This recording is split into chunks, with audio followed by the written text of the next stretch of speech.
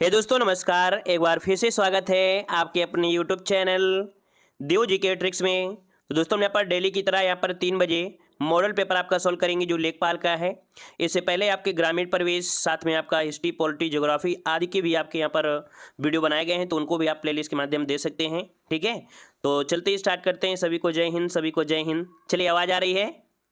आवाज़ आ रही है? चलिए, आ रही है तो चलिए स्टार्ट किया जाए। चलिए तो स्टार्ट करते हैं। यहाँ पर पहला क्वेश्चन दिया गया है, गेह शब्द का पर्यायवाची क्या है। चलिए, गेह शब्द का पर्यायवाची क्या होता है? तो देखिए, गेह शब्द का पर्यायवाची होता है ग्रह। क्या होता है? ग्रह होता है। ऑप्शन में आपका ए नंबर राइट हो जाएगा। आगे बढ़ते हैं। क्वेश्चन दिया गया है, कीचड़ उछालना मुहावरे का अर्थ इनमें से क्या हो जाएगा। चलिए, कीचड़ उछालना मुहावरे का अर्थ इनमें से क्या बनेगा? फटाफट जवाब दीजिए भाई सभी लोग। चलिए तो देखिए, यहाँ पर हो जाएगा आपका कौन सा? सी नंबर जिसका आ रहा है बिल्कुल राइट बनेगा। बदनाम करना, ऑप्शन में आपका सी नंबर। आगे बढ़ते क्वेश्चन दिया गया है, लंबोदर किस समास का उदाहरण है। लंबोदर किस समास का उदाहरण है, यहाँ पर जवाब दीजिएगा। चलिए, लंबोदर किसे कहते हैं? गणेश भगवान को कहते हैं। इस कारण से क्या हो जाएगा आपका? बहुब्रीहि समास हो जाएगा, अर्थात जिसका विशेष अर्थ बनता है वो बहुब्रीहि समास होता है। ऑप्शन जो है आपका ए नंबर। आगे बढ़ते हैं। क्वेश्चन दिया गया है, श्रद्धानंद में कौन सी संधि विच्छेद है, था संधि है। चलिए, श्रद्धानंदी का संधि विच्छेद करना है। चलिए, 4 का ऑप्शन क्या बनेगा? तो देखो, श्रद्धा साथ में निकलेगा आनंद, मतलब ऑप्शन जो आपका हो जाएगा वो आपका बी नंबर जिसका आ रहा है बिल्कुल राइट हो जाएगा। श्रद्धा धन आनंद, इसका ऑप्शन बने आपका बी नंबर। आगे बढ़ते हैं। क्वेश्चन दिया गया है, जो पसीने से उत्पन्न हुआ हो उसके लिए शब्द क्या हो जाएगा। चलिए, जो पसीने से उत्पन्न हुआ हो उसे क्या कहते हैं? तो यहां पर देखिए, ऑप्शन जो आपका है सी नंबर, स्वेदज कहते हैं। क्या कहते हैं? स्वेदज कहते हैं। यहां पर ऑप्शन बने आपका सी नंबर। आगे बढ़ते हैं। क्वेश्चन दिया गया है, मुहावरे का सही अर्थ इनमें से क्या है। मुहावरे का सही अर्थ, इलायची बांटना मुहावरे का सही अर्थ बताइए। इलायची बांटना मुहावरे का सही अर्थ क्या हो जाएगा? तो होता है दावत देना। क्या होता है? दावत देना। मतलब जिसका भी जवाब आ रहा है बी नंबर बिल्कुल राइट हो जाएगा। आगे बढ़ते हैं। क्वेश्चन आपसे अगला पूछा गया है, खरबूजे को देख कर खरबूजा रंग बदलता है, लोकोक्ति का सही अर्थ इनमें से क्या हो जाएगी। चलिए बताइए, एक खरबूजे को देखकर खरबूजा रंग बदलता है, यहां पर लोकोक्ति का सही अर्थ क्या हो जाएगा।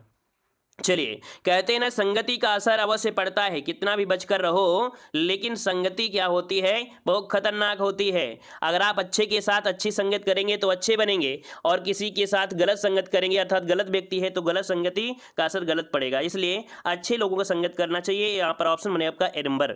आगे बढ़ते क्वेश्चन दिया गया है, वह कन्या जिसके साथ विवाह का वचन दिया गया है, वह आपका यहाँ पर बताना है, इसका शब्द क्या बनेगा। चलिए, वह कन्या जिसके विवाह का वचन दिया गया है, इसके लिए शब्द क्या बनेगा? इसे बोलते हैं क्या? चलिए, बी नंबर होगा या ए नंबर हो जाएगा? वाग्दत्ता जिसका ऑप्शन आ रहा है बिल्कुल राइट हो जाएगा। ए नंबर हो जाएगा, वाग्दत्ता हो जाएगा। अब यहाँ पर आपका गद्यांश दिया गया है, मानव के बारे में दिया गया है, इसे पढ़िए और पढ़ने के बाद इसके क्वेश्चन आप लोग आसानी से लगा सकते हैं। ठीक है, चलिए अगला क्वेश्चन दिया गया, वर्तनी की दृष्टि से शुद्ध आपका कौन सा है। नर्क किस प्रकार से सही लिखते हैं? नर्क लिखते हैं या नरक लिखते हैं? क्या होता है? नर्क मत पढ़ा करें, हमेशा पढ़े नरक। नरक मतलब जो ऑप्शन है ए नंबर इसका राइट हो जाएगा, नरक हो जाएगा। चलिए आगे बढ़ते, क्वेश्चन दिया गया है, घोंसले में चिड़िया है में कौन सा कारक है। घोंसले में चिड़िया है, तो देखो में शब्द आपको दिया है। संबंध में क्या होता है क्या भाई? यहां पर संबंध काकी के रारी रे होता है, मतलब ये तो आपका होगा नहीं। अपादान भी नहीं होगा, संप्रदान देने के लिए होता है, ये भी नहीं होगा। मतलब ऑप्शन बने आपका सी नंबर, अधिकरण कारक जिसका आंसर है बिल्कुल सही हो जाए, अधिकरण में मैं पर, तो ऑप्शन क्या बने आपका सी नंबर। अगला क्वेश्चन आपसे दिया गया है, मेरी जेब में 10 रुपए हैं, वाक्य में प्रयुक्त काल आपको पहचानना है। चलिए, मेरी जेब में 10 रुपए हैं, यहां पर काल आपका कौन सा हो जाएगा? तो देखो, है शब्द आपको दिया गया है तो भूतकाल तो होगा नहीं, संदिग्ध भी आपका हो नहीं सकता है, तो आपका जवाब हो जाएगा कौन सा? 10 रुपए हैं, मतलब ये है कि हैं तो आपका पूर्ण वर्तमान काल जिसका ऑप्शन है बिल्कुल राइट हो जाएगा। आगे बढ़ते क्वेश्चन आपसे अगला पूछा गया है, आजकल भारत की जनता भी अधिकाधिक शिक्षित हो गई है, यहां पर पूछा है वचन बताना है। जल्दी से बताइए, यहां पर जनता का वचन क्या होता है? जनता का वचन क्या होता है? चलिए जवाब दीजिए। जनता का वचन, देखिए बहुत लोग अभी भी जवाब दे रहे हैं यहाँ पर ए नंबर। चलिए देखिए, कुछ लोग यहाँ पर भी दे रहे हैं, बहुवचन नहीं होता है, याद रखिए जनता का बहुवचन जनता ही होता है, याद रखिए इसका ऑप्शन आपका ए नंबर है। आगे बढ़ते क्वेश्चन दिया गया है, निम्नलिखित में से कौन सा शब्द आपका स्त्रीलिंग में प्रयुक्त होता है। चलिए, चलिए जवाब दीजिए भाई, पढ़ाई पर ध्यान दीजिए, बातें कम करिए, ठीक है। चलिए यहाँ पर बताइए, निम्नलिखित में से कौन सा शब्द स्त्रीलिंग में प्रयुक्त होता है 15 नंबर में। यहाँ पर ऋतु कैसी है, देखो ऋतु कैसी हमने बताया था, कैसी से आंसर अगर आता है तो आपका यहाँ पर स्त्रीलिंग होगा, अगर कैसा से आंसर आता है तो आपका पुल्लिंग होगा। जैसे मान लीजिए हमने बता दिया पानी, पानी कैसी है या पानी कैसा है, तो आप कहेंगे पानी कैसा है, तो भाई वो पुल्लिंग हो जाएगा, ठीक है। तो जवाब हो जाएगा आपका ए नंबर हो जाएगा। अगला क्वेश्चन दिया गया है, अपने अपने किताबें बस्ते में डाल लो। यहाँ पर बताइए क्या त्रुटि है, तो आप कहेंगे कि सर अपने अपने नहीं होता है, अपनी अपनी किताबें होता है, क्योंकि किताब जो आपकी है वो स्त्रीलिंग है, और स्त्रीलिंग है तो आपका होना चाहिए अपनी अपनी होना चाहिए। क्लियर है, तो ऑप्शन जिसका आ रहा है ए नंबर बिल्कुल राइट हो जाएगा, इस वाक्य में त्रुटि है। आगे बढ़ते हैं, क्वेश्चन आपसे अगला पूछा गया है, जल जल प्राण पुत्र किस शब्द का अनेकार्थी है। देखिए जल में भी क्या है, प्राण बसे हैं, है ना, और प्राण अर्थात पुत्र, पुत्र जिसके पास अर्थात पुत्र में भी क्या होते हैं, प्राण होते हैं। ये कह सकते हैं कि जल प्राण पुत्र ये है आपके जीवन के, तो ऑप्शन बनेगा आपका बी नंबर है, राइट हो जाएगा। आगे बढ़ते हैं, क्वेश्चन दिया गया है, कैवर्त शब्द का तद्भव रूप क्या है। चलिए कैवर्त का तद्भव शब्द क्या बनेगा, चलिए कैवर्त क्या होता है, केवट होता है, जो कि ऑप्शन क्या बनेगा, बी नंबर आपका राइट हो जाएगा। नेक्स्ट क्वेश्चन दिया गया है, निम्नलिखित में से कौन सा तत्सम शब्दों की जोड़ी नहीं है, जोड़ी नहीं है। देखो कर्म और विद्या दोनों ही क्या है आपके, ये आपके तत्सम है, ठीक है। दधि और भात, देखो दधि तो आपका सही है, लेकिन भात क्या है, क्या भाई भात नहीं है ना। गांव के देहातों में जो बोलते हैं, मतलब देहात कह सकते हैं, बहुत ऐसी जगह है जहां पर चावल को भात कहते हैं, जब पक जाता है उसे भात कहते हैं, ठीक है ना। और बहुत जगह जो पकता है तो उसे चावल ही कहते हैं, ठीक है। तो यहाँ पर भात जो आपका तद्भव है, अर्थात यहाँ पर बी नंबर आपका गलत है, क्योंकि मत्स्य समृद्ध दोनों ही तत्सम है, ज्ञान और क्षेत्र दोनों तत्सम है, तो ऑप्शन क्या हो जाएगा, बी नंबर हो जाएगा। अगला क्वेश्चन दिया गया, अनुरूप का विलोम शब्द क्या है। अनुरूप का विलोम शब्द क्या बनेगा, अनुरूप का विलोम इनमें से क्या हो जाएगा। चलिए अनुरूप का हो जाएगा प्रतिरूप हो जाएगा, जो कि आपका जवाब 20 का बनेगा, बी नंबर प्रतिरूप हो जाएगा। नेक्स्ट क्वेश्चन है, प्रस्थान का विलोम शब्द क्या है। चलिए 21 का जवाब दीजिएगा कि प्रस्थान का विलोम शब्द इनमें से क्या होता है। प्रस्थान, जब कभी प्रस्थान करिए इसका मतलब होता है आगमन, तो ऑप्शन क्या बनेगा, सी नंबर हो जाएगा। अगला बताइएगा, कह रहा आपसे कुसुमाकर में समास क्या है, कुसुमाकर में समास क्या है, कुसुमाकर में। चलिए तो देखो यहाँ पर जो आपका है तत्पुरुष नहीं होगा, यहाँ पर होगा बहुव्रीहि समास, याद रखिए इसका ऑप्शन में आपका बी नंबर यहाँ पर राइट हो जाएगा। इसके दो अर्थ में आपके होते हैं, एक जंगल की हिसाब में भी हो जाता है, एक यहाँ पर होता है जैसे आपका हो जाता है क्या, एक कामदेव जैसे, है ना। तो यहाँ पर आंसर आपका डी हो जाएगा, बहुव्रीहि समास से, याद रखिए इसमें। अगला क्वेश्चन दिया गया है, निम्नलिखित में से लोकोक्ति आपको चुनना है। 23 नंबर में लोकोक्ति आपकी कौन सी हो जाएगी। चलिए अंक भरना, आस्तीन का सांप, कहाँ राजा भोज कहाँ गंगुतेली, तूती बोलना। तो देखिए यहाँ पर जो आंसर है वो आपका सी नंबर आपका हो जाएगा, कहाँ राजा भोज कहाँ गंगुतेली, ऑप्शन आपका सी नंबर हो जाएगा। आगे बढ़ते क्वेश्चन दिया गया है, नाविक का संविच्छेद क्या है। नाविक का संविच्छेद क्या होता है। चलिए नाविक का होता है नौ धन विक नहीं, ना धन विक नहीं, नौ धन इक इसका आंसर होगा। देखिए जिसका जवाब सी नंबर है बिल्कुल राइट हो जाएगा, नौ धन इक हो जाएगा। अगला क्वेश्चन दिया गया है, बहुव्रीहि समास, बहुव्रीहि शब्द का शुद्ध वर्तनी। चलिए जवाब दीजिए भाई, बहुव्रीहि जो लिखा जाएगा किस प्रकार से लिखा जाएगा। देखते हैं आज इस क्वेश्चन का जवाब कितने लोग सही दे पाएंगे। बहुव्रीहि आपने पढ़ा है, बोलने पर बहुव्रीहि लगता है, होता क्या है, बहुव्रीहि होता है या बहुव्रीहि होता है। चलिए देखिए काफ़ी लोगों के जवाब आ रहे हैं यहाँ पर ए नंबर, लेकिन कुछ लोगों के जवाब यहाँ पर आ रहे हैं सी नंबर। देखिए भाई जिसका जवाब यहाँ पर आ रहा है सी नंबर, बहुव्रीहि मतलब होता क्या है, यहाँ पर जो जवाब है आपका सी नंबर इसका राइट हो जाए, बहुव्रीहि होता है, वह लगाना है, ब नहीं लगाना है, ठीक है। नेक्स्ट क्वेश्चन आपका दिया गया है, देखिए लंदन में गोलमेज सम्मेलन का आयोजन किसकी चर्चा के लिए किया गया था। ये बताइए जो आपके गोलमेज सम्मेलन किए गए थे, है ना, जो आपके गोलमेज सम्मेलन किए गए थे वो किसकी चर्चा के लिए किए गए थे। इसमें से क्या बातें किसके बारे में इसमें से किया गया था, इनके बारे में आपको बताना है, बताइएगा। चलिए नोट करिएगा, यहाँ पर प्रयास करिए कि आप लोगों का जवाब यहाँ पर सही हो जाएगा। क्वेश्चन नंबर 51 नंबर में, तो देखिए इसका राइट आंसर आपका बनेगा बी, कि भारत का भावी संविधान। क्या यहाँ पर जो ऑप्शन आपका बनेगा वो आपका बन जाएगा बी नंबर, भारत का भावी संविधान। इसके बारे में चर्चा करने के लिए यहाँ पर आप कह सकते हैं कि गोलमेज सम्मेलन की यहाँ पर चर्चा की गई थी, अर्थात सम्मेलन का आयोजन किया गया था, ठीक है। चलिए आगे बढ़ते हैं, क्वेश्चन आपसे अगला पूछा गया है, यहाँ पर दिया गया है कि निम्न में से किसने गदर पार्टी की स्थापना की थी। आप लोगों को इतनी अच्छे से तैयारी हमने कराया है पीटी एग्जाम में कि आप लोग ऐसे क्वेश्चनों को देखकर गर्दा उड़ा सकते हैं, है ना। ऐसे क्वेश्चनों को तो गर्दा उड़ाना ये तो फर्ज आप लोगों का बनता ही बनता है, बस रिवीजन करते रहिएगा, लेखपाल के पेपर को भी आप लोग गर्दा उड़ा देंगे बस, लेकिन आप लोगों को कंटिन्यू जरूर रहना पड़ेगा, ठीक है। चलिए बताइएगा, यहाँ पर देखिए निम्न से किसने गदर पार्टी की स्थापना की थी, तो जवाब आ रहा है 52 नंबर में, देखिए ऑप्शन जिसका आ रहा है सी नंबर लाला हरदयाल, किसने किया था? तो आपके लाला हरदयाल ने किया था, याद रखिएगा अमेरिका में। कहां पर? तो ये भी याद रखिएगा अमेरिका में किया था। अमेरिका के कहां पर? तो आपके सैन फ्रांसिस्को, ठीक है, कहां पर? सैन फ्रांसिस्को नगर में किया था। कब किया था? तो आपके 1913 में। कब किया था? 1913 में किया था, याद रख लीजिएगा, ठीक है, क्लियर हो गया है। और आगे बढ़ते हैं, क्वेश्चन आपसे अगला पूछा गया है कि हाथी परियोजना भारत में कब शुरू की गई थी? चलिए नोट करिएगा, अगर आप लोगों को नहीं आता है तो अभी से क्वेश्चन नोट करते रहिएगा। हमने बताया है कि जिस भी चैनल में आप लोग पढ़ते हैं उसके एक स्पेशल नोट्स भी बना लीजिएगा। जैसे आप लोग क्वेश्चन में जाते हैं, जैसे आप लोग क्वेश्चन कोचिंग में जाते हैं और एक नोट्स बनाते हैं, उसी प्रकार जिस चैनल में आप लोग विश्वास है, जिस चैनल से लगातार जुड़े हैं, तो उस क्वेश्चन में जो डाउट क्वेश्चन होते हैं उनको नोट जरूर कर लिया करें, ठीक है। चलिए तो बताइएगा कि हाथी परियोजना भारत में कब शुरू की गई थी? 53 नंबर में।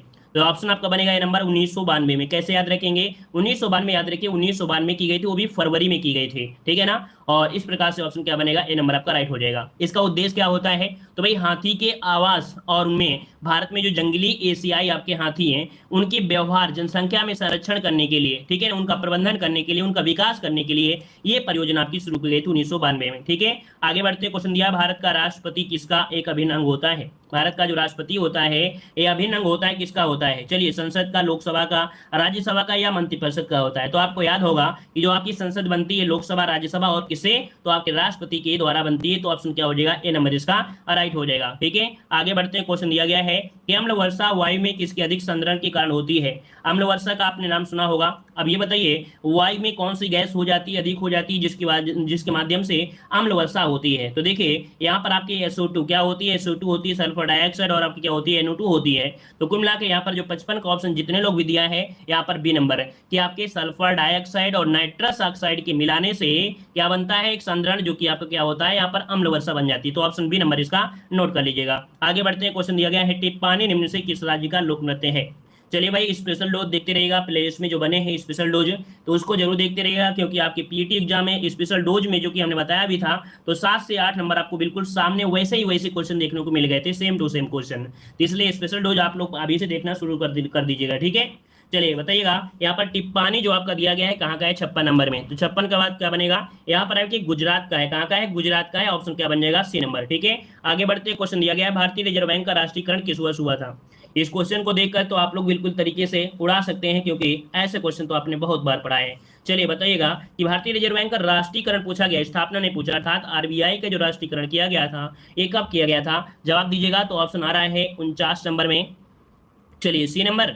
चलिए भाई हम आपके ऑप्शन 57 का हम लॉक कर देते हैं। यहाँ पर सी नंबर हो जाएगा। 1949 में इसका राष्ट्रीयकरण किया गया था, और इसकी जो स्थापना हुई थी वो 1935 अधिनियम के तहत आपकी की गई थी। क्लियर है ना। चलिए आगे बढ़ते हैं, क्वेश्चन दिया गया है कि पद्मश्री पुरस्कार से सम्मानित विद्याबेन शाह का हाल ही में निधन हो गया, वो किस क्षेत्र से जुड़ी थी? तो चलिए बताइएगा, विद्याबेन शाह है ना, इनको पद्मश्री भी दिया गया था, और किस क्षेत्र से जुड़ी थी? 58 नंबर में। चलिए 58 की अगर हम बात करते हैं तो ऑप्शन बी हो जाएगा। ये सामाजिक कार्यकर्ता थी। क्या थी? ये एक सामाजिक कार्यकर्ता थी, याद रखिए, नोट कर लीजिएगा। इन्हें 1992 में, कब? तो आपकी जब हाथी परियोजना चालू की गई थी उसी वर्ष इन्हें 1992 में पद्मश्री पुरस्कार से भी सम्मानित किया गया। 2020 में इसका निधन हो चुका है, याद रखिए 2020 में इनका निधन हो चुका है, नोट कर लीजिएगा, ठीक है। आगे बढ़ते हैं, क्वेश्चन आपसे अगला पूछा गया है, पालघाट निम्नलिखित में से किन राज्यों को जोड़ता है? यहाँ पर एक दर्रा है पालघाट, और पालघाट की अगर बात करते हैं तो ये कहाँ पर मिलेगा? पालघाट कहाँ मिलेगा? जल्दी से लॉक करिए ऑप्शन को। चलिए पालघाट ये आपका पड़ता है तो केरल और आपके तमिलनाडु में। कहाँ पर? केरल और तमिलनाडु, जिसका भी जवाब आ रहा है ऑप्शन सी नंबर इसको राइट हो जाएगा, सी नंबर। नेक्स्ट क्वेश्चन को आते हैं, क्वेश्चन आपसे अगला पूछा गया है, यहाँ पर देख सकते हैं अगला क्वेश्चन आपसे दिया गया है कि भारतीय संविधान का स्थायी अध्यक्ष कौन था? चलिए बताइएगा, सही जवाब देना है। चलिए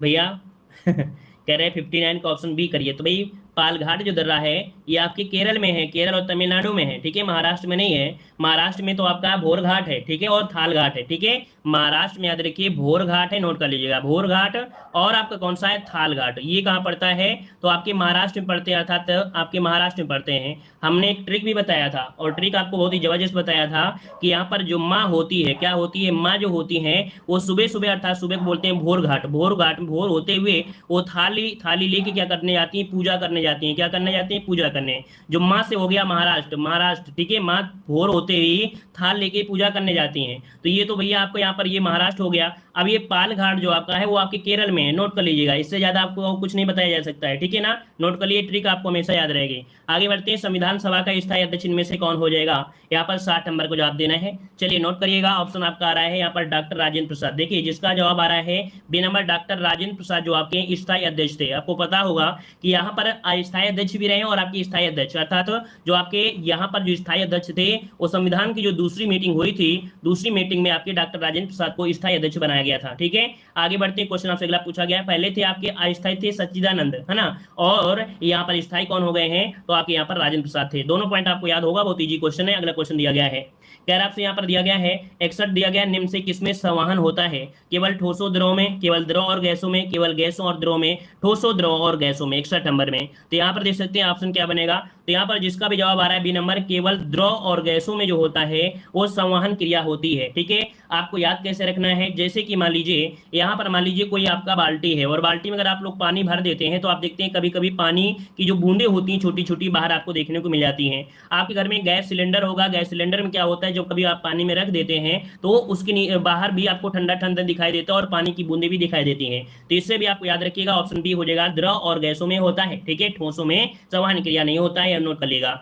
आगे बढ़ते हैं, क्वेश्चन दिया गया है कि हाल ही में विदेशी समाचार वितरक संगठन मल्टी सिस्टम ऑपरेटर्स ने निम्न से किस देश में भारत के सभी निजी न्यूज चैनलों पर रोक लगा दिया है। तो जितने भी भारत के जितने भी निजी न्यूज चैनल है उन पर रोक लगा दिया है। एक किसने रोक लगा दिया है, तो बताइएगा कौन से विदेशी समाचार है, तो यहाँ पर 62 का ऑप्शन आपका राइट हो जाएगा, सी नंबर नेपाल है। कौन है, तो भैया नेपाल ने कर दिया है, नेपाल ने कर दिया है। सोचिएगा कि नेपाल के साथ इतने अच्छे आपकी संबंध है, फिर भी यहाँ पर जितने भी न्यूज चैनल थे वो सभी रोक लगा दिया है नेपाल ने। तो ऑप्शन क्या हो जाएगा, सी नंबर, ठीक है।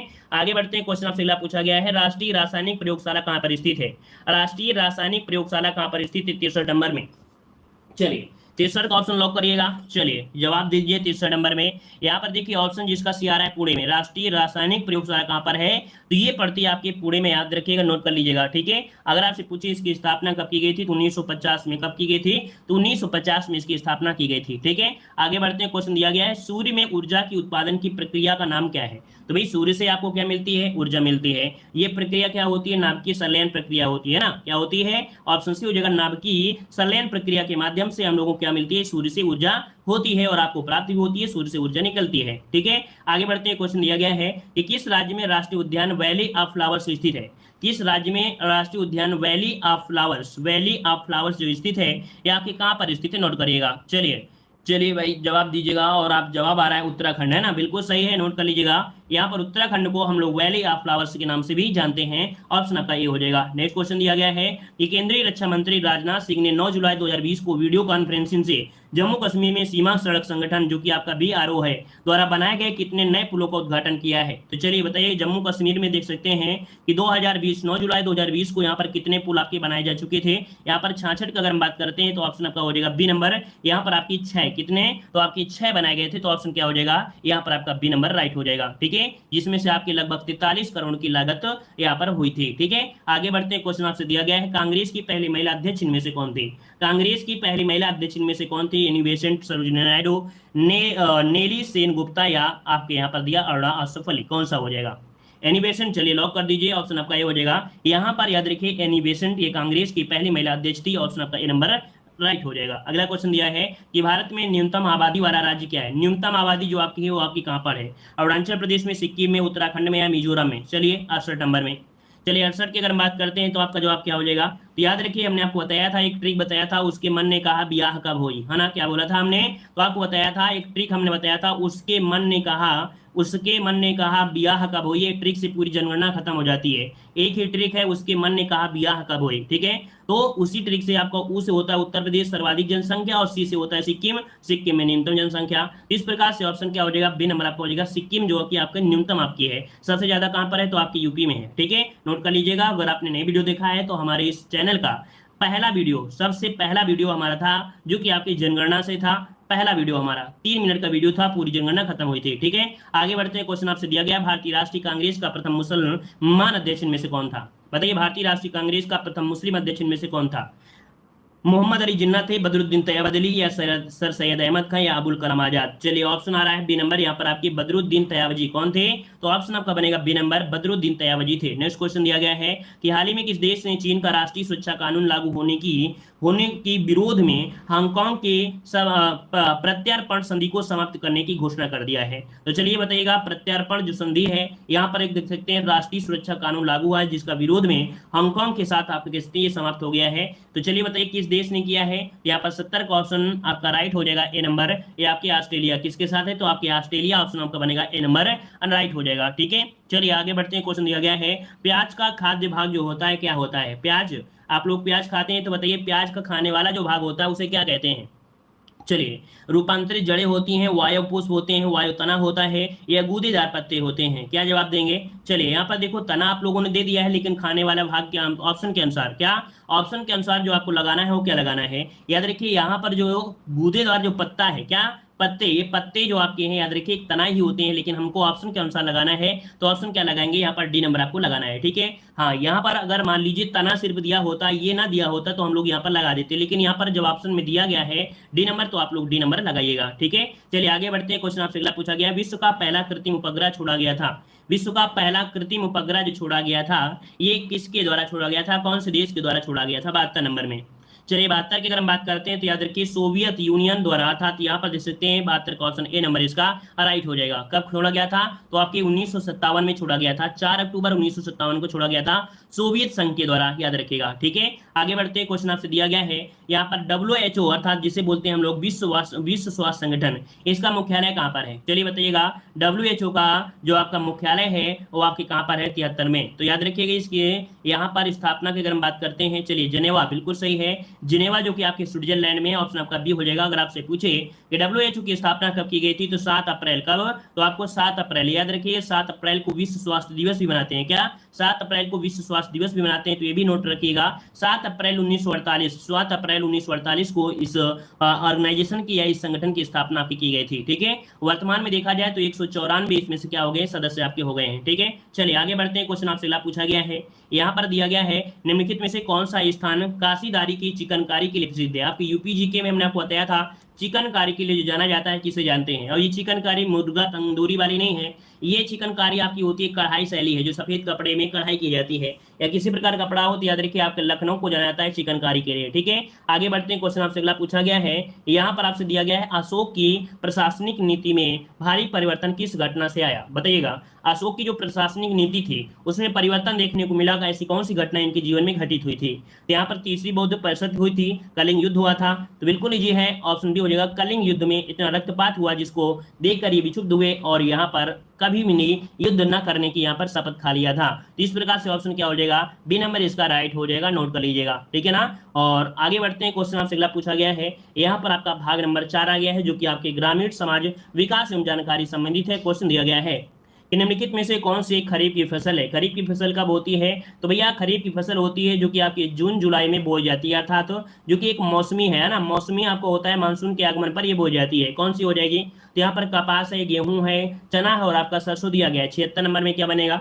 चलिए ऑप्शन आपका हो जाएगा कपास, है ना, कपास जो आपका दिया है कैसी है? तो आपका खरीफ की फसल है, ऑप्शन आपका ए नंबर आपका राइट हो जाएगा। ठीक है, आगे बढ़ते हैं। क्वेश्चन आपसे अगला दिया गया है कि हाल ही में यहाँ पर देखिए नोट कर लीजिएगा, जैसे एक नोट हम आपको ट्रिक बता देते हैं, का पास खड़ी है ना, क्या बोलते हैं ना, का पास खड़ी है, का पास खड़ी है, पास आना है ना। तो यहाँ पर ऐसे याद रखिएगा, नोट हमेशा आपको याद रहेगा, का पास खड़ी है, खा से खड़ी हो जाएगा और कपास हो जाएगा। चलिए आगे बढ़ते हैं। क्वेश्चन दिया गया है कि हाल ही में 23वां राष्ट्रीय युवा सम्मेलन 2020 का जो आयोजन उत्तर प्रदेश के किस शहर में हुआ था? तो चलिए बताइएगा, यहाँ पर 77 का ऑप्शन क्या बनेगा? चलिए 77 का ऑप्शन यहाँ पर आपका डी हो जाएगा, लखनऊ में। कहाँ पर किया गया था? लखनऊ में। आगे बढ़ते हैं। क्वेश्चन दिया गया है कि हाल ही में पद्मश्री से सम्मानित उपन्यासकार गिरिजा कुमार किशोर का निधन हो गया। गिरिजा कुमार किशोर का निधन हुआ, ये उत्तर प्रदेश के किस जिले से संबंधित थे? 78 में जवाब दीजिएगा। 78 का अगर बात करते हैं तो ऑप्शन क्या हो जाएगा आपके? मुजफ्फरनगर से। कहाँ से थे? तो आपके मुजफ्फरनगर से थे, नोट कर लीजिएगा, मुजफ्फरनगर। ठीक है, और आगे बढ़ते हैं। क्वेश्चन आपसे अगला पूछा गया है, यहाँ पर अगला क्वेश्चन आपके सामने दिया गया है, कह रहे थारू विकास परियोजना किस जनपद में चलाई जा रही है? थारू विकास परियोजना किस जनपद में चलाई जा रही है, यहाँ पर बताइएगा। तो याद रखिए ये 79 है, 79 की अगर बात करते हैं तो आपका जवाब क्या बनेगा? चलिए 79 79 79 ये हो जाएगा ए नंबर आपके बलरामपुर है। कौन है भाई? 79 का ऑप्शन हो जाएगा बलरामपुर में चलाई जा रही है। बलरामपुर से जो भी हो कमेंट बॉक्स में कमेंट जरूर करिएगा, ठीक है। बलरामपुर में की जा रही है, याद रखिए। एक नाम होगा आपको किशनपुर विश्राम। क्या?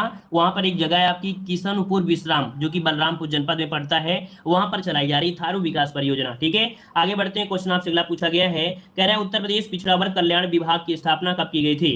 बताइएगा। उत्तर प्रदेश पिछड़ा वर्ग कल्याण विभाग की स्थापना जो की गई वो कब की गई? 80 नंबर में। याद रखिए 1995 में। ऑप्शन क्या हो जाएगा? सी नंबर 1995 में। अगर आपसे डेट पूछ लेता है तो 2 अगस्त, ठीक है। 2 अगस्त 1995 को उत्तर प्रदेश पिछड़ा वर्ग कल्याण विभाग की स्थापना की गई थी, ठीक है। और यहां पर आगे बढ़ते हैं, क्वेश्चन आपसे अगला पूछा गया है कि उत्तर प्रदेश की अर्थव्यवस्था के संदर्भ में कौन सा विकल्प सही दिया गया है?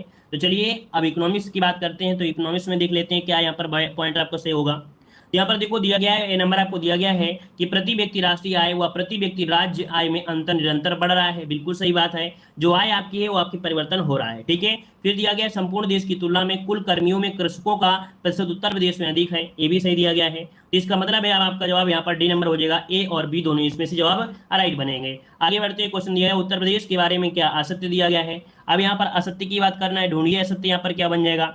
कह रहा है आपसे 82 नंबर में आपसे पॉइंट दिया गया है, उत्तर प्रदेश सर्वाधिक जनसंख्या वाला एवं धीमी विकास करने वाला राज्य है। सही है भैया। यहाँ पर सर्वाधिक जनसंख्या वाला है और विकास भी आपका धीमे हो रहा है। जब ये ज्यादा से ज्यादा समय यहाँ पर जनसंख्या वृद्धि में देते हैं तो विकास तो होगा ही नहीं। तो पहला पॉइंट तो बिल्कुल सही दिया गया है। उत्तर प्रदेश और देश की प्रति व्यक्ति आय के बीच अंतर जो आपका ये भी बढ़ रहा है, ये भी आपका हो जाएगा। उत्तर प्रदेश में कुल बोए गए क्षेत्र में लगभग 28% आपका सिंचित क्षेत्र है, ये भी सही दिया है। उत्तर प्रदेश की साक्षरता में देश की तुलना में तीव्र वृद्धि हुई है। तो भैया क्या तीव्र वृद्धि हुई है क्या? तो नहीं होगी ना। तो ऑप्शन क्या हो जाएगा? डी नंबर आपका यहाँ पर गलत हो जाएगा, ठीक है। आगे बढ़ते हैं, क्वेश्चन दिया गया है उत्तर प्रदेश में सर्वाधिक मात्रा में कौन सी मिट्टी पाई जाती है? उत्तर प्रदेश में सर्वाधिक मात्रा में पाई जाने वाली जो मिट्टी है वो आपकी कौन सी मिट्टी है? तो आपको याद होगा कि गंगा यमुना के बीच आपकी जलोढ़ मिट्टी पाई जाती है और जलोढ़ मिट्टी जो कि काफी उपजाऊ होती है, जो कि आपके देख सकते हैं धान के लिए बहुत ही महत्वपूर्ण होती है। वैसे लगभग देखा धान गेहूं सभी के लिए आपकी होती है ना। तो ऑप्शन आपका बी हो जाएगा राइट। नेक्स्ट क्वेश्चन दिया गया है उत्तर प्रदेश के किस भाग में मरुस्थलीय मृदा पाई जाती है? अब ये बताइएगा,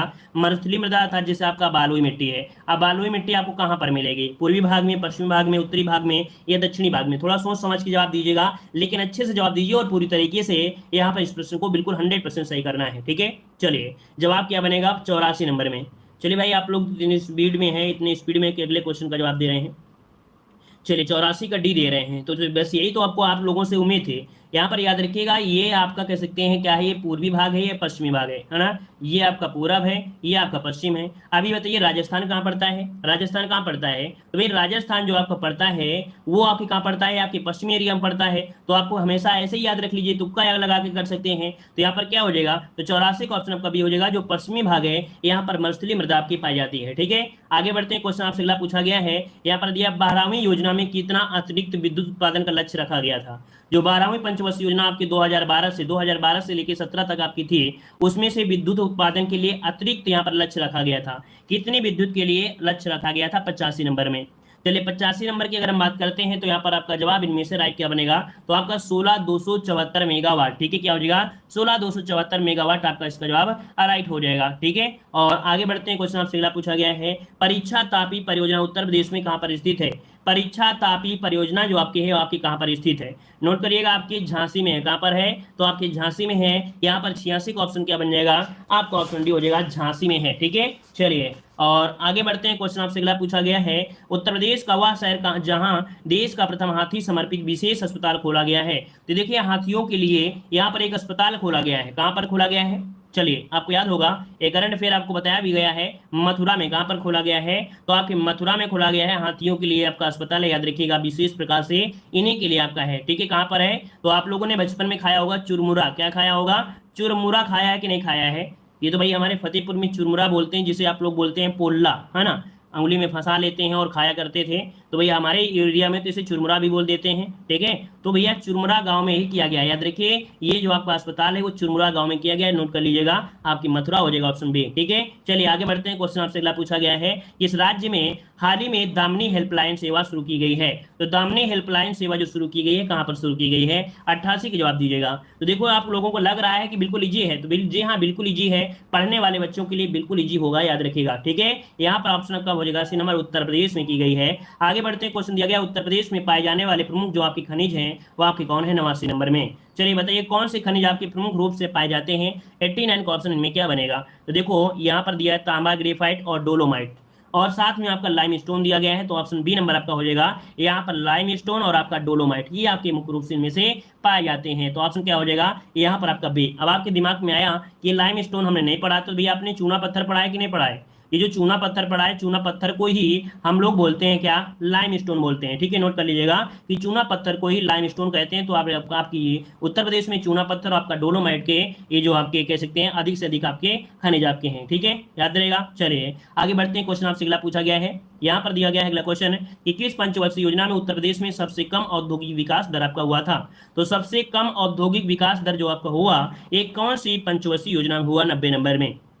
चलिए यहाँ पर देखिए आपकी नवी पंचवर्षीय योजना में किसमें हुआ था, तो आपकी नवी पंचवर्षीय योजना में हुआ था। इसमें विकास दर जो आपकी रही थी वो आपकी रही थी आपकी 4.8 है ना, 4.8% यहाँ पर आपकी रही थी, याद रखिए माइनस में। ठीक है, -4.8 रही थी, आपको याद रखिए नवी में। ठीक है, आगे बढ़ते हैं, क्वेश्चन आपसे अगला पूछा है उत्तर प्रदेश में उद्योग बंधु की स्थापना कब की गई। उत्तर प्रदेश में उद्योग बंधु की स्थापना जो की गई वो आपकी कब की गई थी, यहाँ पर 91 का ऑप्शन देना है। तो यहाँ पर देखिए 91 की हम बात करते हैं तो आपका जवाब हो जाएगा 1981 में। कब, तो आपका 91 का ऑप्शन बनेगा बी की 1981 में उद्योग बंधु की स्थापना की गई थी, है ना। अब इसमें क्या होता है कि जो लघु है या मध्यम है बृहद औद्योगिक इकाइयां हैं उनकी स्थापना करें, है ना, उसका निवारण करें, उनकी समस्याओं का निराकरण करना, ये इसकी सहायता से प्रदान किया जा सकता है। तो ऑप्शन आपका बी हो जाएगा। अगला दिया गया जनगणना 2011 के अंतिम आंकड़ों के अनुसार उत्तर प्रदेश में बालिका शिशुओं की प्रति 1000 बालक शिशुओं पर आपकी क्या रही है। अर्थात आपसे पूछा गया है लिंगानुपात, क्या पूछा गया है, लिंगानुपात पूछा गया है। तो बताइए कितना था, यहाँ पर आपका जवाब 92 में ऑप्शन क्या बनेगा, तो आपका 902 कितना हो जाएगा, 902 ऑप्शन इसका राइट हो जाएगा, 902 आपका जवाब राइट हो जाएगा। ठीक है, ये आंकड़ा है जो कि 2011 का और 0 से लेके 6 वर्ष, ठीक है, 0 से 6 लेके वर्ष आपका है। ठीक है, अच्छा यही आंकड़ा जो आपका 2001 में था वो कितना था, 2001 में यही आंकड़ा था 916 था। ठीक है, 916 था, लेकिन 2011 का आंकड़ा जो रहा है वो आपका 902 रहा है। ठीक है, जो आगे बढ़ते हैं, क्वेश्चन दिया गया है कि जनगणना 2011 के अनुसार उत्तर प्रदेश में सर्वाधिक लिंगानुपात वाला जिला कहां पर है। सर्वाधिक लिंगानुपात वाला जो जिला पूछा गया है वो आपका कौन सा हो जाएगा, चलिए नोट करिएगा। यहाँ पर जवाब देखिए काफी लोग जवाब दे रहे हैं जौनपुर, तो जिसका जवाब आया है जौनपुर बिल्कुल राइट हो जाएगा, ऑप्शन सी हो जाएगा जौनपुर। यहाँ पर कह सकते हैं कि अगर 1000 पुरुष हैं, क्या 1000 पुरुष हैं, तो इसमें से कितनी, तो आपके 1024 आपकी महिलाएं क्या है, एक्स्ट्रा हैं। ठीक है, 1024 महिलाएं यहाँ पर क्या है, एक्स्ट्रा हैं। और आजमगढ़ की बात करते हैं तो यहाँ पर 1000 पुरुषों में 1019 अर्थात यहाँ पर 19 महिलाएं एक्स्ट्रा हैं। ठीक है, और देवरिया की बात करते हैं, देवरिया में तो आपका यहाँ पर 19 मतलब 1017 अर्थात यहाँ पर 17 महिलाएं आपकी एक्स्ट्रा हैं। अब ये एक्स्ट्रा मतलब ये नहीं कि अपने खेत में उठाकर चले जाओ, ठीक है, काम करवाने लगो जाके, है ना, तो ऐसा नहीं, मतलब कह सकते हैं लिंगानुपात के बारे में पूछा गया है, प्रति 1000 के बारे में दिया गया। ठीक है, क्या प्रति 1000 के बारे में आपसे दिया गया है। यहाँ पर प्रतापगढ़ दिया गया, प्रतापगढ़ की बात करते हैं तो आपको याद रखिए 998 है, यहाँ पर 998 है। तो ये आपके 4 ऐसे आपके जिले हैं जहां पर महिलाओं की जो संख्या है वो पुरुषों की तुलना में क्या है, ज्यादा है, नोट कर लीजिएगा। ठीक है, समझ में आ गया, नोट कर लीजिएगा। आगे बढ़ते हैं, क्वेश्चन दिया गया है सर्वाधिक अनुसूचित जनजातियों के प्रतिशत वाला जिला कौन सा है। सर्वाधिक अनुसूचित जनजातियों के प्रतिशत वाला जो जिला है उनमें से कौन हो जाएगा। अब ये जनजाति पूछ लिया है, अब जनजाति आपको पता है उत्तर प्रदेश में जो जनजाति बहुत ही कम है, लेकिन फिर भी कुछ आपके एरिया में ज्यादा है जनजाति, तो वहां पर 94 का ऑप्शन क्या बनेगा, तो यहाँ पर ऑप्शन आपका हो जाएगा बी, आपके सोनभद्र में क्या है, जनजाति आपकी ज्यादा है। ठीक है, आगे बढ़ते हैं, क्वेश्चन दिया गया है थारू जनजाति हेतु उत्तर प्रदेश के किस जनपद में एक महाविद्यालय खोला गया है। जो आपकी थारू जनजाति है स्पेशल इनके लिए खोला गया है, ये जो आपका महाविद्यालय है किस जनपद में है, नोट करिए और जवाब दीजिएगा। बिजनौर में, सोनभद्र में, ललितपुर में या लखीमपुर खीरी में। 95 का ऑप्शन क्या बनेगा, तो याद रखिए आपकी लखीमपुर खीरी में खोला गया है। कहां पर, जिनका जवाब आ रहा है यहाँ पर डी नंबर, लखीमपुर खीरी में एक खोला गया है, याद रखिएगा लखीमपुर खीरी आपका जवाब राइट हो जाएगा। ठीक है ना, चलिए यहाँ पर जो बालक बालिकाएं हैं उनको शिक्षा प्रदान करने के लिए खोला गया है। आगे बढ़ते हैं, क्वेश्चन दिया गया है कुल कृषि क्षेत्र में सिंचित क्षेत्र की प्रतिशतता की दृष्टि से देश में उत्तर प्रदेश का जो स्थान है वो आपका कौन सा है। तो ये बताइएगा कि उत्तर प्रदेश में जो आपका सिंचित क्षेत्र है ना, वो देश में उत्तर प्रदेश का जो स्थान आता है वो आपका कौन से स्थान आता है, 96 में। याद रखिए यहाँ पर जवाब आ रहा है ऑप्शन बी आ रहा है, ऑप्शन आपका यहाँ पर सी भी आ रहा है। तो चलिए यहाँ पर देख सकते हैं कुल कृषि क्षेत्र में सिंचित क्षेत्र प्रतिशत की दृष्टि से देश में उत्तर प्रदेश का जो स्थान है आपका कौन सा है। चलिए, द्वितीय बनेगा या प्रथम बनेगा। चलिए 96 नंबर में, तो 96 की अगर हम बात करते हैं तो भैया 96 की अगर हम बात करते हैं तो नलकूपों से होती है आपकी 71%, नहरों से होती है 20%, है ना। तो इस हिसाब से पहला स्थान आपके यूपी का ही हो जाएगा। ठीक है, तो इस प्रकार से ऑप्शन क्या हो जाएगा, यूपी आपका जवाब राइट हो जाएगा। ठीक है, चलिए आगे बढ़ते हैं। क्वेश्चन आपसे अगला पूछा गया है, यहाँ पर कह रहा आपसे भारत के किस राज्य में सर्वाधिक सिंचाई नलकूपों से होती है। तो भैया वही अगला क्वेश्चन आपको यहाँ पर मिल गया है। तो नलकूपों से होती है वो आपकी कौन से, तो यहाँ पर देख सकते हैं आपकी उत्तर प्रदेश आपका हो जाएगा। 97 का ऑप्शन क्या बनेगा, ए नंबर नलकूप हो जाएगा। अगला क्वेश्चन आपसे अगला पूछा गया है, उत्तर प्रदेश की लंबाई तथा चौड़ाई कितनी है। तो भैया उत्तर प्रदेश इस प्रकार से कुछ आपका बसा हुआ है, ऐसे बसा हुआ है। अब ये जो आपका उत्तर प्रदेश है इसकी लंबाई और चौड़ाई के बारे में आपसे पूछा गया है, तो कितना हो जाएगा यहाँ पर 98 में। तो देखिए आपका 650 इसकी क्या है, लंबाई है। चौड़ाई जो आपकी है वो 240 किलोमीटर है। तो ऑप्शन क्या हो जाएगा, ए नंबर इसका राइट हो जाएगा, है ना। तो यहाँ पर जिसका ऑप्शन आ रहा है ए नंबर उसका राइट हो जाएगा। ठीक है, काफी लोग यहाँ पर जवाब दे रहे हैं बी नंबर, तो भाई बी नहीं होगा, यहाँ पर नोट कर लीजिएगा। यहाँ पर यूपी की अगर बात करती तो इसकी जो आपकी लंबाई पड़ती है वो आपकी 650 है और इसकी जो आपकी चौड़ाई है वो आपकी 240 किलोमीटर है। ठीक है, आगे बढ़ते हैं। क्वेश्चन दिया गया उत्तर प्रदेश का क्षेत्रफल देश के कुल क्षेत्रफल का कितना प्रतिशत है। तो उत्तर प्रदेश का क्षेत्रफल देश के कुल क्षेत्रफल का कितना प्रतिशत है, 99 का जवाब दीजिए। तो यहाँ पर आपका 7.33% है। ठीक है, 7.33% है, ऑप्शन आपका सी हो जाएगा। नेक्स्ट क्वेश्चन आपसे अगला पूछा गया है, कह रहा हाल ही में किस राज्य में मुख्यमंत्री कृषक दुर्घटना कल्याण योजना शुरू की गई। तो ये बताइए मुख्यमंत्री कृषक दुर्घटना कल्याण योजना जो शुरू की गई वो आपकी कहां पर शुरू की गई, यहाँ पर जवाब दीजिएगा। सही जवाब इसमें से क्या हो जाएगा, चलिए यहाँ पर जवाब देना है और आपका जवाब हो जाएगा 100 का ऑप्शन ए हो जाएगा। यहाँ पर देख सकते हैं आपका हो जाएगा उत्तर प्रदेश, क्या हो जाएगा, उत्तर प्रदेश इसका जवाब राइट हो जाएगा। साथी दोस्तों, अगर आप लोग हमारे ऐप से नहीं जुड़े हैं तो हमारे ऐप से जुड़ सकते हैं। हमारे ऐप में आपको ग्रामीण परिवेश की ऐसी बेहतरीन पीडीएफ है जो कि आप एग्जाम के 5 दिन पहले भी पढ़ोगे तो आप इस पीडीएफ को पढ़ सकते हैं। यहाँ पर हमने उस पॉइंट को क्लिक कर दिया है, हाईलाइट कर दिया है जो एग्जाम में आपके पूछे जा सकते हैं, और जितना हमने हाईलाइट किया है उतना ही आप लोग पढ़ लेंगे तो मात्र 5 दिन में इस पीडीएफ को पढ़ सकते हैं। ये पीडीएफ मात्र आपकी 99 रुपये में है, जिसमें से आपको दिया जा रहा है 92 पेज की कंप्लीट थ्योरी है, जिसमें कंप्लीट योजनाएं भी हैं, 725 आपके एमसीक्यू भी हैं, plus 6 previous year solution paper भी आपको इसी में दिया जा रहा है, जो कि काफ़ी सस्ती आपकी है। और आपके ऐसे कह सकते हैं पीडीएफ को बनाया गया है जो कि आप चाहो तो 10-5 दिन में पूरी की पूरी पीडीएफ पढ़ सकते हैं। काफ़ी लोग यहाँ पर पहले से पढ़ाई नहीं करते, एग्जाम के समय पढ़ाई करते हैं, तो वही एग्जाम के साथ समय आप लोग पढ़ सकते हैं, अर्थात एग्जाम के समय भी आप पीडीएफ लेते हैं तो मात्र इसे 5 दिन में पूरी की पूरी पीडीएफ आप लोग पढ़ सकते हैं और इसका फुल लाभ ले सकते हैं। हर एक चीज़ यहाँ पर आपको दिया गया है, हर एक टॉपिक लिया गया है जो कि आपके सिलेबस में है। यहाँ पर चाहे आपका अनुसंधान हो या यहाँ पर दे सकते हैं जो आपकी खेती के प्रकार, क्योंकि एग्जाम में ऐसे क्वेश्चन आपको देखने को बहुत मिलते हैं। साथ में आपकी जो पंचवर्षीय योजनाएं हैं यहाँ से भी 1 या 2 क्वेश्चन आपको देखने को जरूर मिलेगा। और यहाँ पर जो आपकी योजनाएं हैं, योजनाओं में भी आपको हाईलाइट किया गया है कि कौन सी योजना जरूरी है और ये शुरुआत कब हुई थी और कहाँ से हुई थी, क्योंकि ज़्यादा से ज़्यादा क्वेश्चन आपको इसी प्रकार से पढ़ना भी होगा और ऐसे योजनाओं को पढ़ना है जो आपकी एग्जाम में पूछी जाती है। जैसे मनरेगा से क्वेश्चन आपके बनने ही बनने वाले हैं। मनरेगा का नाम जो परिवर्तन हुआ वो कब हुआ था, देखिए कितने प्यार और कितने अच्छी तरीके से यहाँ पर आपको ये पीडीएफ बनाई गई है। तो आप लोग अगर चाहते हैं कि नहीं हमारा भविष्य बन सके और आप चाहते हैं कि अगर हम लोग पीईटी क्वालिफाई कर चुके हैं और यहाँ पर कह सकते हैं अपने फाइनल पड़ाव में आ गए हैं और आप लोग अपने इस फाइनल पड़ाव को भी आगे कर सकें, अर्थात इसमें भी आप लोग विजय हासिल कर सकें, तो आप लोग हमारे ऐप से ज़रूर जुड़िएगा। यहाँ पर आपको 100% प्रॉफिट होगा। यहाँ पर कह सकते हैं 25/25 नंबर आप लोग हमारे पीडीएफ से ला सकते हैं। हमारे ऐप में आपको लेखपाल के ग्रामीण परिवेश, हिंदी, आपकी यूपी जीके, करंट अफेयर, ये सभी पीडीएफ और इसी प्रकार की पीडीएफ आपको यहाँ पर देखने को मिलेंगी। जितना हमने यहाँ पर हाईलाइट किया उतना आप पढ़ लेंगे और आपका सिलेक्शन पक्का है कि यहाँ से देखने को मिल जाएगा।